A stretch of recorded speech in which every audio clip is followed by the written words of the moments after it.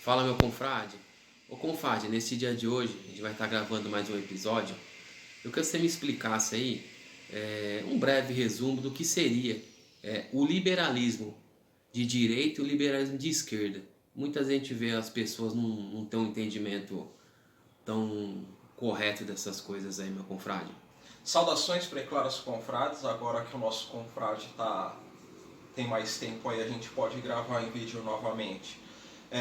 Bom, o liberalismo de esquerda é esse liberalismo que a direita fala que é comunismo, né? Como, por exemplo, esses partidos como, por exemplo, o PSOL.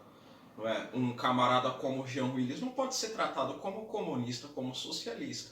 Esse camarada aí seria morto na União Soviética, seria preso, enviado para campo de trabalho forçado, não é?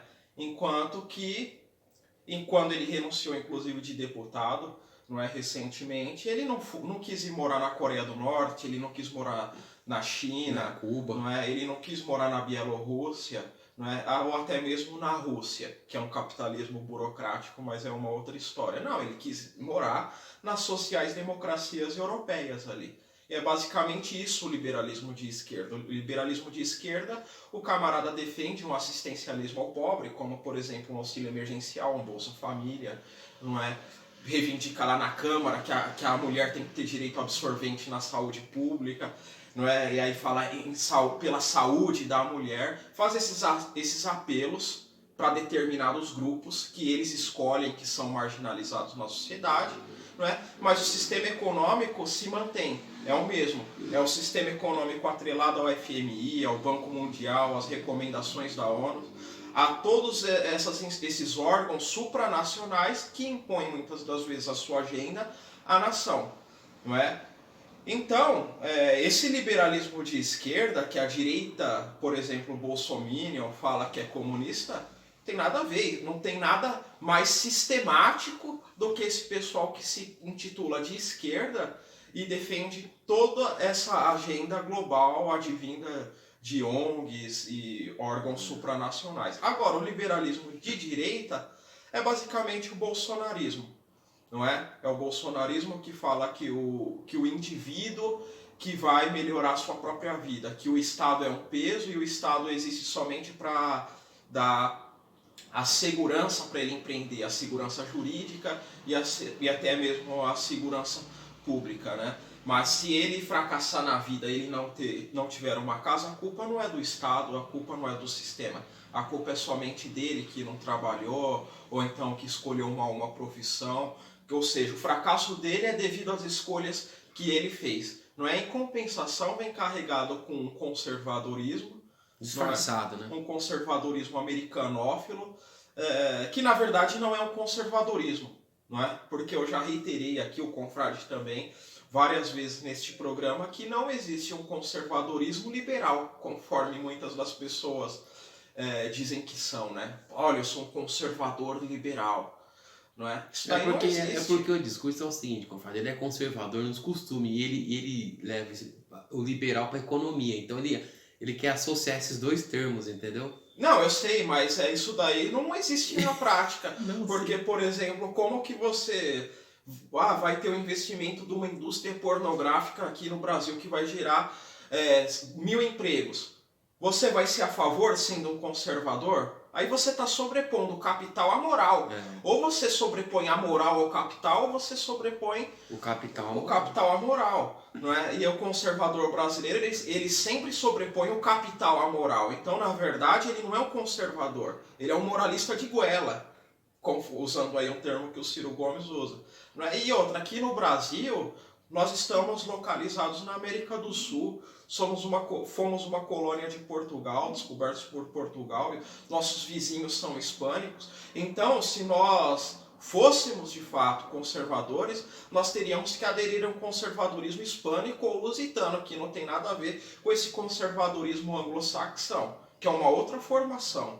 Né? Você pega o próprio Estados Unidos, onde os estados têm mais poder que a União em determinadas instâncias, como por exemplo, tem estado que uma determinada droga é legal, no outro não. Um aborto em um estado é legal, no outro não. Em um estado tem pena de morte, no outro não. Então, Isso daí sim é um liberalismo, não é? É um liberalismo, confrade, porque você tem ali uma descentralização dos estados. Aqui não, aqui a gente é o oposto. Não, ô confrade, mais um exemplo. A gente pega aí essa questão do liberalismo de esquerda. A gente vê muitos jovens na política, como você citou, Jean Willis, Manuela Dávila, que levanta essa bandeira aí. Mas ela não era assim, né? A esquerda, antigamente, ela era uma esquerda diferente, né? Uma esquerda trabalhista, o discurso era mais pro trabalho, né? Agora, o que mudou, confrade? A partir de quando isso começou a mudar? Não, o que mudou é o seguinte, quando a gente vê, por exemplo, Bill Gates, George Soros e vários Zuckerberg. multibilionários falando precisamos investir na educação, a educação é o futuro do mundo, eu concordo com eles. Só que o investimento que eles fazem na educação em forma de filantropia é basicamente para formar lideranças políticas de agora. Ele forma uma liderança política naquela agenda econômica do mainstream dos bilionários, Ele molda, né, confrade? Para depois, quando o cara tiver 40 anos, e defender no Congresso Nacional de vários países a agenda que eles defendem. Não é? Porque o que significa investimento na educação? É você pensar o jovem daqui 20, 30 anos. É basicamente isso. Ninguém investe na educação porque é bonzinho. Não é? Investem na educação para defender os seus interesses, que são de natureza dinástica, não é? Daqui 30, 40 anos. Não é? Ninguém investe na educação porque simplesmente quer uma criança alfabetizada lá no semiárido nordestino, não. Porque dali, do investimento da educação, primeiro ali você vai tirar os melhores para você transformar em lideranças. Os que não foram transformados em liderança, o que vai acontecer? Eles se tornarão eleitores daqueles que foram transformados em liderança. Isso aí, sabe o que você fez me lembrar, o confrade? Aqueles garotos de Chicago que introduziram no Chile toda essa... O Chile foi o primeiro laboratório praticamente ali dessas teorias neoliberais, né? E aqueles jovens foram todos estudados lá, treinados, voltaram, muitos viraram ali ministros da economia do Pinochet e foram aplicando as teorias. O próprio Paulo Guedes é um garoto de Chicago, né? Um Chicago boy, não é? E agora falando sobre a esquerda raiz, né? A old esquerda, old school, velha escola de esquerda. Como que é? Ali você tinha uma esquerda que brigava pela luta de classes, não é? Que seria o quê? A divisão entre proletariados e burgueses, não é? E hoje nós temos o quê?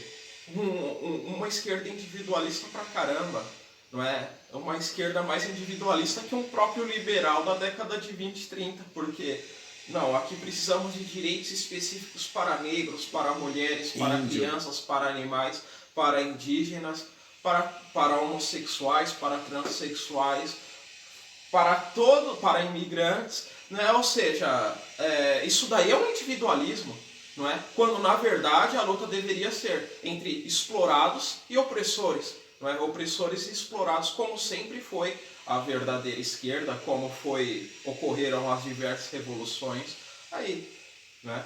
Mas infelizmente a nossa esquerda, e não só no Brasil, isso daí é no Ocidente inteiro, e querem transformar isso até pro Oriente, não é? Pegando esses países mais ocidentalizados, entre aspas, como Coreia do Sul, Japão, introduzir ali uma esquerda social-democrata, não é? Para quê? Para você acabar com a esquerda raiz, que é a verdadeira oposição ao capital, não é? E aí você deixa uma direita do sistema, uma esquerda do sistema, a tal tática das tesouras que tanto falam por aí, os olavistas, mas a explicação deles é completamente absurda. Não tem nada a ver com a realidade. E qual esquerda raiz nós temos hoje aqui no Brasil? Não temos nenhuma.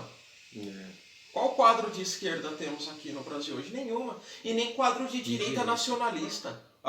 Qual quadro de direita nacionalista nós temos aqui no Brasil hoje? Não temos nenhum também. Não é? São todos servos do capital financeiro internacional que vão se submeter a imposições de órgãos supranacionais. É basicamente isso, confrade. Tranquilo então, confrade. Acho que ficou um pouco claro aí pro pessoal tá entendendo aí mais ou menos como é que funciona esse sistema atual aí. Um grande abraço aí, pessoal. Um abraço.